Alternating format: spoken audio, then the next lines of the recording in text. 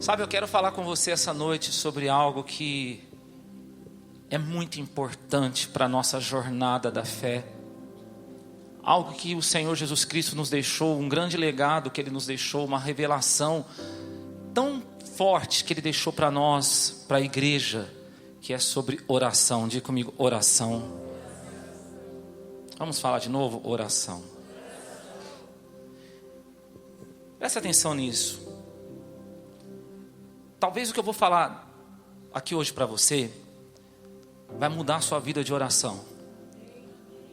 E você não vai conseguir mais ficar um dia sem orar. Amém? A oração, queridos, ela é como um portal.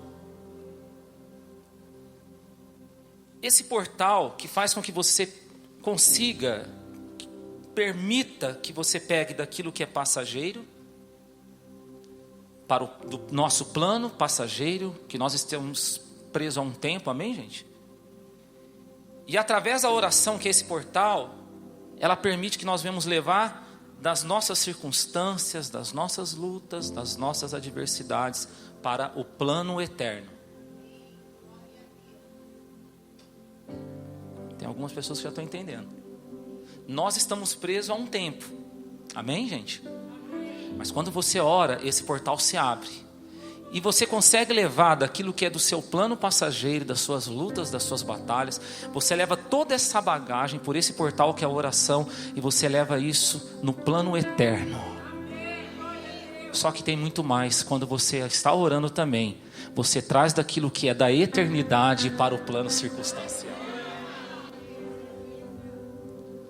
O momento que você está mais conectado com aquilo que é eterno, porque eternidade é a ausência de tempo. Quem está pegando isso aqui? E Jesus te deu vida eterna.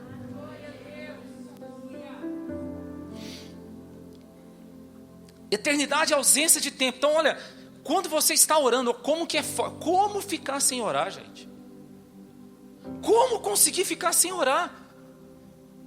Pega o que eu estou te falando aqui. Se quando você está orando, você está atravessando esse portal com as suas necessidades e levando isso através da oração para o plano eterno. E você está trazendo daquilo que é eterno para aquilo que é circunstancial.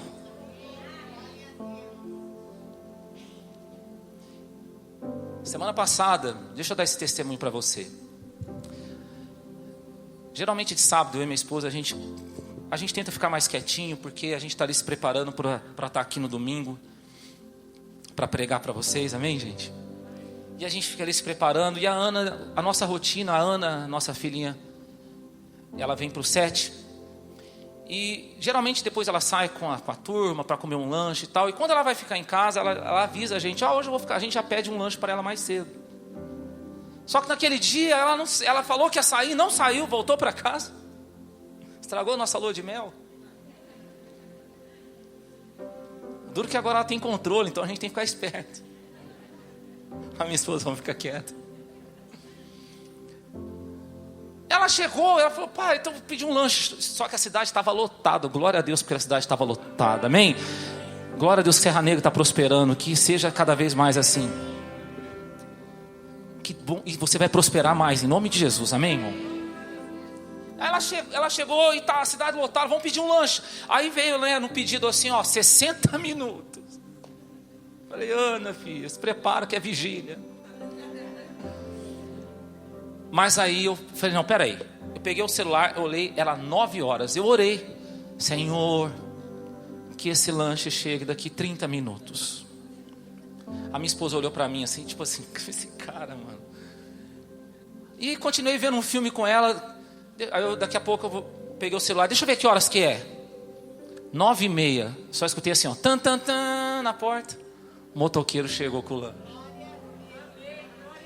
Ela virou para mim e falou, não é possível. Eu falei, porque eu sou um filho carudo. Eu sou um filho que bate na porta do pai. Deus falou para mim, e por isso que eu vou pregar isso para você aqui hoje. Não desista de orar. Porque quando você ora, você está nesse portal. E milagres vão se manifestar na sua vida natural. Ei, quem está pegando essa palavra aqui, levante as suas mãos em nome de Jesus. E pode aplaudir, se é para Jesus, aplauda bem forte. Você não vai desistir de orar. Nós temos que entender que há poder quando um filho de Deus, uma filha de Deus ora. Até o lanche chega mais rápido.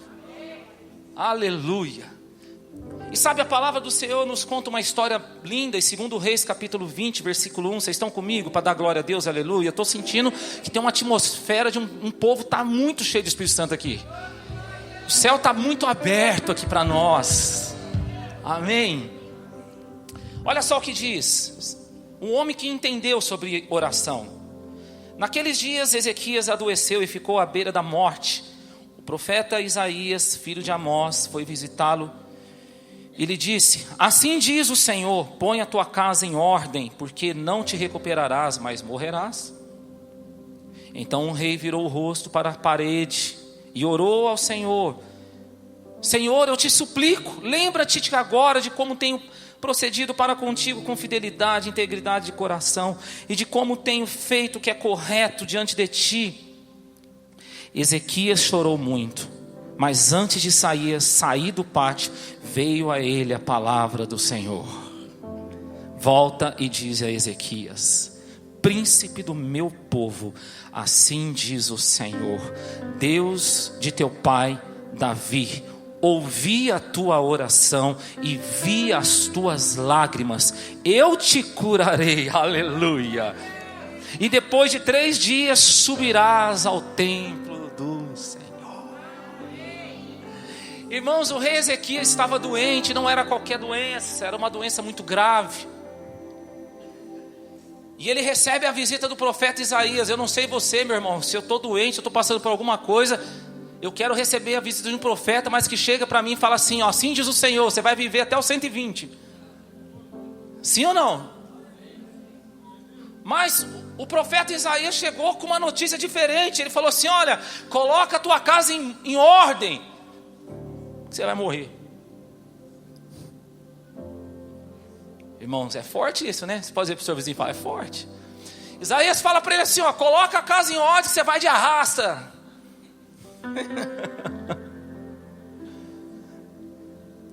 A palavra do Senhor diz que Ezequias não foi colocar a casa em ordem, não foi fazer nada, não foi fazer testamento, não foi fazer nada. Ele virou o rosto para a parede e orou ao Senhor. A Bíblia fala que Isaías, o profeta Isaías, ainda nem tinha saído daquele lugar com a palavra que ele deixou para Ezequias. Ele nem tinha saído daquele lugar. Deus falou para ele, disse assim, ó, volta lá e fala para Ezequias que ele não vai morrer mais. Eu vou curar ele. Irmãos, não deu nem tempo de Isaías sair daquele lugar. Eu não sei se você está entendendo. Tem algumas pessoas que já estão pegando aqui. Irmãos, vai ser muito mais rápido do que você está imaginando. Não deu nem tempo. Talvez a oração que você vai fazer aqui hoje, você vai chegar na tua casa, já vai ter algo diferente te esperando lá. Talvez amanhã, segunda-feira, você vai chegar lá, já tem algo novo esperando por você. Talvez vai ser assim, você vai falar, como que foi? E Deus vai falar para você, foi ali naquele domingo à noite na igreja missionária, enquanto você buscava a minha presença, eu já estava movendo os céus e terra a teu favor. Oh! Ai, pastor, então quer dizer que essa passagem está na Bíblia para mostrar que Deus muda de ideia? Não, essa passagem está na Bíblia para mostrar que quando você ora, Ele muda qualquer coisa na tua vida. Deus não muda, Deus nunca vai mudar. Ele disse, eu sou o Senhor e eu não mudo. Deus não muda de opinião e nem quer a sua. Olha o silêncio da morte.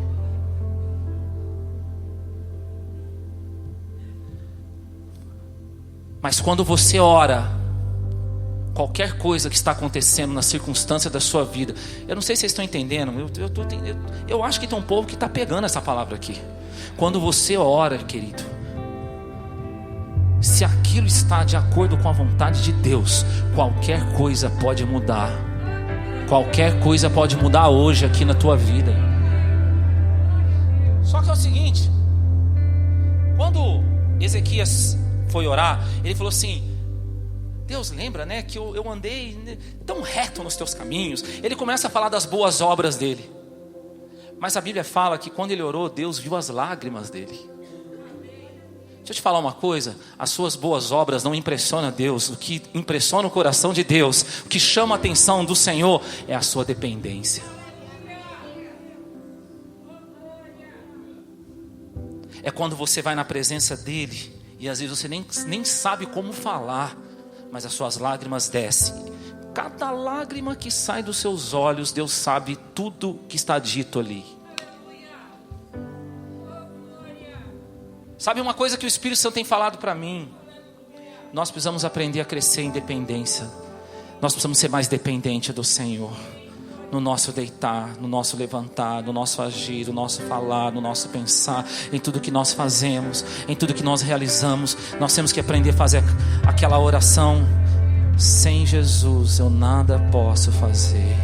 Você pode levantar suas mãos e falar assim, ó: sem ti, ó Deus, não, vamos lá, vem comigo nessa palavra. Cadê os crentes aqui da igreja missionária? Diga assim, ó: sem ti, Senhor, nada posso fazer, mas com o Senhor eu posso viver o impossível na minha vida. E eu quero profetizar que nesse segundo semestre que está chegando, você vai viver milagres da parte de Deus na tua vida.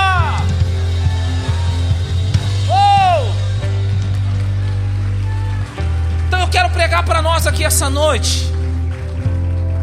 Uau, estou sentindo o Espírito de Deus aqui tocando em você. Deus está tocando em você, Ele está ativando você aqui hoje. O que acontece quando nós oramos? A primeira coisa está no versículo 6. Olha só: acrescentarei 15 anos à tua vida. Uau, 15 anos, irmão. Livrarei a ti, a esta cidade, das mãos do rei da Síria. Defenderei essa cidade por amor de mim e por amor do meu servo Davi. Quando nós oramos, Deus acrescenta tempo. Quantos aqui querem viver até os 120, igual eu falei? Mas não é sobre isso que eu quero falar com você. É bem provável que a maioria das pessoas que estão aqui hoje um dia falou assim, ó: eu queria que meu dia tivesse 30 horas para fazer tudo que eu tenho que fazer. Quem já falou isso? Levanta a mão. O resto, por favor, levanta logo, você vai cair duro na igreja, não pode mentir aqui. É ou não é verdade? Já não teve dia que você falou: não fiz nem metade. Mas posso te falar uma coisa? Quando você ora, isso muda. Deus acrescenta tempo. Porque quando você ora, você para de gastar tempo com coisa que é perda de tempo. Irmãos, quando você começa a ter uma vida de oração, você vai parar de gastar tempo com coisas que são perda de tempo. Tem muita coisa na nossa vida que é perda de tempo. Às vezes você fica lá naquele celular, vendo só bobeiraiada. É perda de tempo, irmão. É perda de tempo você ficar lá sustentando uma vingança, uma mágoa. É perda de tempo, você podia estar enchendo a sua mente de outras coisas. É perda de tempo quando você senta numa roda, numa mesa para ficar falando mal de outra pessoa. Pessoas excelentes não falam mal das pessoas. Pessoas excelentes falam de Jesus para as pessoas.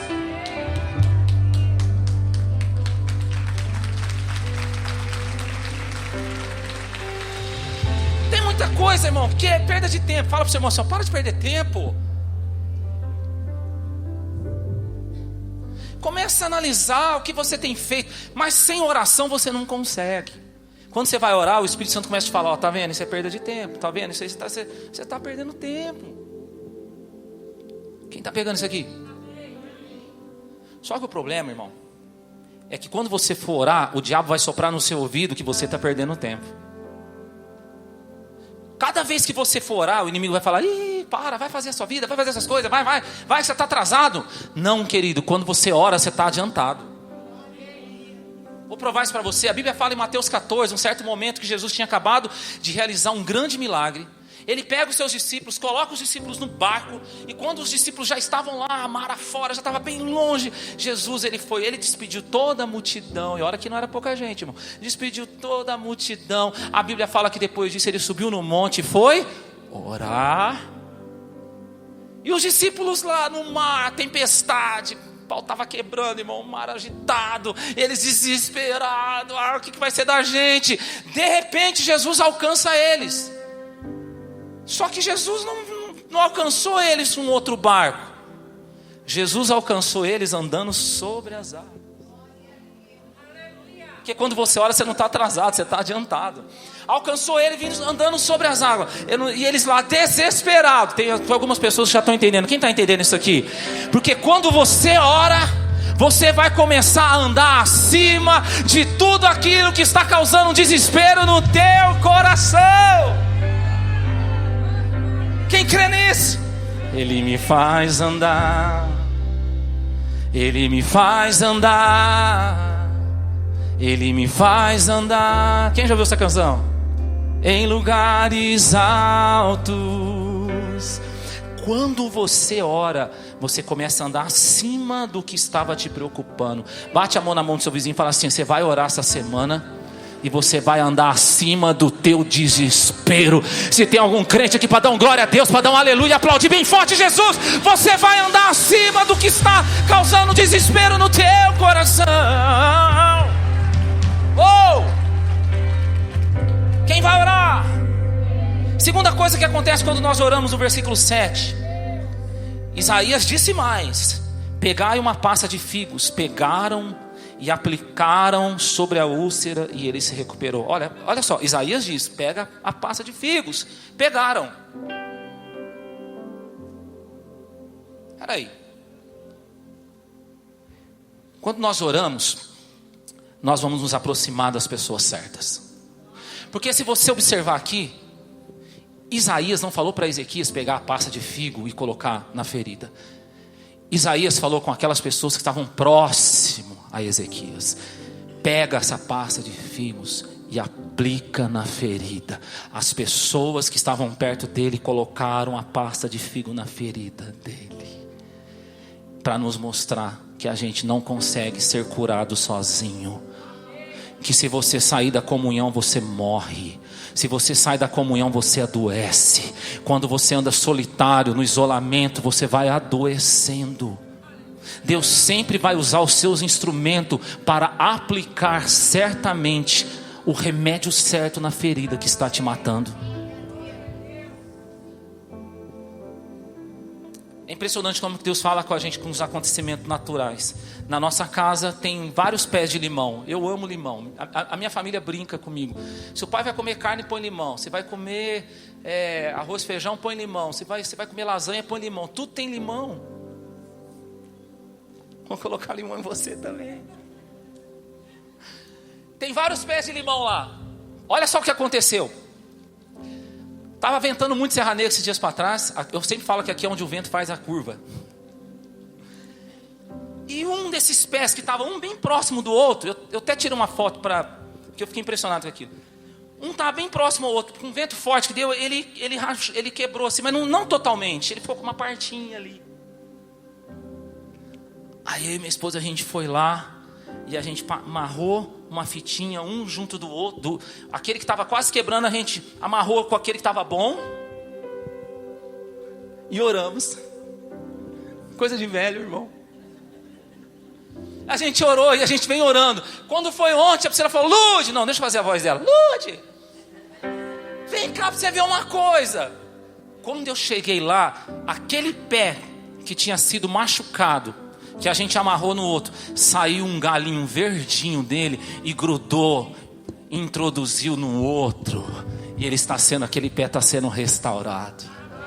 Irmãos, quando você está na comunhão e você é machucado pelos ventos, você é ferido por circunstâncias, na comunhão, perto das pessoas que você precisa estar, você vai receber cura, você vai receber restauração, você vai receber ajuda, você vai receber o renovo do Espírito Santo. Não saia da comunhão. Não tenta viver sozinho. O momento que eu estava pior espiritualmente foi o momento da minha caminhada da fé, que eu chegava no culto, logo lá no começo da minha conversão, que foi a minha esposa que me levou para a igreja. A mulherada é forte. Cadê as mulheres aqui? Mulherada, eu tiro o chapéu para vocês. Expresso Rosa aqui, sexta-feira estava arrebentando. E vai ser toda a última sexta do mês. Cadê as mulheres aí? Mas se prepara, mulherada, que eu estou vindo com tudo, com o encontro dos homens agora. Vocês não têm noção que vai acontecer. Calma, fala. Se você vê uma mulher do seu lado, assim, calma. Cadê os homens aqui da igreja missionária? Dá uma glória a Deus aí. Representa, homem. E deixa eu dar um aviso para as mulheres. No dia do culto, você passa, pega na orelha dele e fala: vai, sai daqui agora. Vai para a igreja, homem. Quem está entendendo isso aqui? Meu Deus, não era nem isso que eu ia pregar. Aí pronto, ó. Um momento que eu estava ruim espiritualmente, no começo da minha caminhada. Sabe como é que eu era? Eu era assim, ó. Terminava o culto, eu falava para minha esposa: vou embora, eu vim aqui por causa de Deus, não vim por causa das pessoas. Irmãos, eu estava em pecado nessa época, no começo da minha conversão. Sabe por quê? Quem está bem com Deus, também está bem com as pessoas. Não saia, fala para o seu vizinho assim, ó, não saia da comunhão. O salmista fala no Salmo 133: quão bom é que os irmãos vivam em união. Quando você sai da comunhão, você está dizendo que aquilo que Deus falou que é bom, você está falando que é ruim. Cuidado você chamar de errado o que Deus chama de certo. Não saia da comunhão. Na comunhão você se enxerga mais. Não é assim que às vezes a gente fala: fulano não se enxerga, não é possível, não se enxerga. Não se enxerga mesmo. Ninguém consegue se enxergar com os próprios olhos, mas você consegue ser visto através dos olhos de outra pessoa. Faz uma reunião das pessoas que vivem perto de você e pergunta para cada uma dessas pessoas o que elas veem de você. Cada um vai falar uma coisa diferente. Quando você está na comunhão, você vai ver mais quem você é. Mas pastor, quem é as pessoas certas que eu tenho que estar na comunhão? É só a gente olhar para essa palavra. São aqueles que ouvem e obedecem o Isaías. Aqueles homens que estavam perto de Ezequias, eles ouviram Isaías. Eu não sei se você está entendendo. São as pessoas que ouvem Isaías. São as pessoas que ouvem a palavra de Deus. Diga comigo, Isaías. Tem que ouvir Isaías, porque Isaías, o profeta messiânico, ele diz lá, capítulo 53, versículo 4: verdadeiramente ele levou sobre si as nossas enfermidades, o castigo que nos traz a paz estava sobre ele, sobre as suas feridas nós somos sarados. São aquelas pessoas que vão colocar Jesus, vão aplicar Jesus em cada uma das suas feridas. Não são pessoas que colocam mais lenha no fogo, são pessoas que colocam mais fogo na lenha. Pastor, quem que é a pessoa que eu tenho que estar perto? É aquela pessoa que fala assim, ó, tá vendo essa ferida sua aí? Tá vendo essa mágoa a sua aí? Coloca perdão, coloca paz, coloca fé, coloca esperança, coloca Jesus. Não é aquelas pessoas que ficam assim: vai lá, vinga, vai lá, isso mesmo, você não merece isso. Irmão, sai fora de gente assim, irmão. Não tem responsabilidade com você. Quem tem responsabilidade com você, espiritualmente falando, vai falar para você assim, ó: coloca Jesus nisso e você vai ver o que vai acontecer na tua vida. Você pode dar uma glória a Deus aqui? A terceira coisa, versículo 8: então Ezequias perguntou a Isaías: qual é o sinal de que o Senhor me curará e que depois de 3 dias subirei ao templo do Senhor? Isaías respondeu: esse será o sinal de que o Senhor cumprirá o que diz. Queres que a sombra adiante ou volte 10 graus? Ezequias respondeu: é fácil que a sombra se adiante 10 graus. Não seja assim, pelo contrário, que a sombra volte 10 graus. Então o profeta Isaías clamou ao Senhor e fez sinal a sombra voltar 10 graus que havia avançado no relógio do sol de acaso. Uau! Terceira coisa que acontece quando nós oramos, nós vamos amadurecer na fé. Ezequias fala para Isaías o seguinte: Isaías, qual que é o sinal que Deus está me curando? Qual que é o sinal? Isaías fala para ele: o que você prefere? Você prefere que a gente adianta o relógio ou a gente atrasa? Aí fala: adiantar é fácil, eu quero que atrase. Irmãos, por que ele falou que ele queria que o relógio se atrasasse? Porque ele queria ter a certeza que verdadeiramente Deus mudou o passado dele. Pega essa revelação aqui. Ele queria ter certeza que Deus tinha mudado o passado dele. Por quê, irmão? Ele tinha recebido uma sentença de morte. Falaram para ele que ele iria morrer e de repente agora ele ia viver. Mas existe um Deus que verdadeiramente tem poder para transformar o seu passado. Porque Colossenses capítulo 2, versículo 14 diz que ele rasgou o escrito de dívida que havia sobre nós, triunfando na cruz do Calvário. Isso quer dizer que não importa o que você fez, quantos pecados você cometeu, como foi o seu passado, quando você chega em Jesus Cristo, Ele transforma o seu passado e Ele faz algo novo acontecer na tua vida.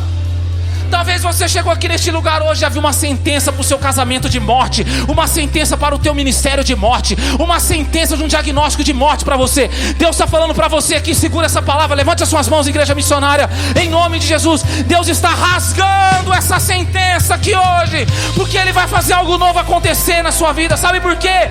Porque a palavra fala lá em Isaías, olha Isaías de novo, lá em Isaías capítulo 43, a partir do verso 18, ele diz assim, ó: não vos lembreis das coisas novas, nem considereis as coisas antigas, ei que estou para fazer algo novo acontecer.